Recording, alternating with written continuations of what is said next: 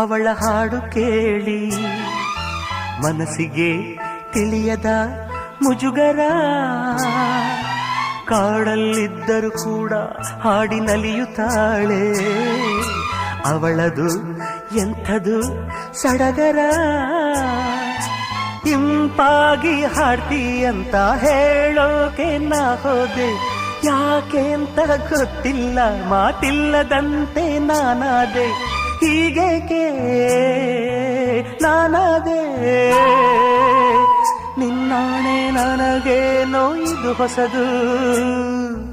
ಓ ಓ ಓ ಓ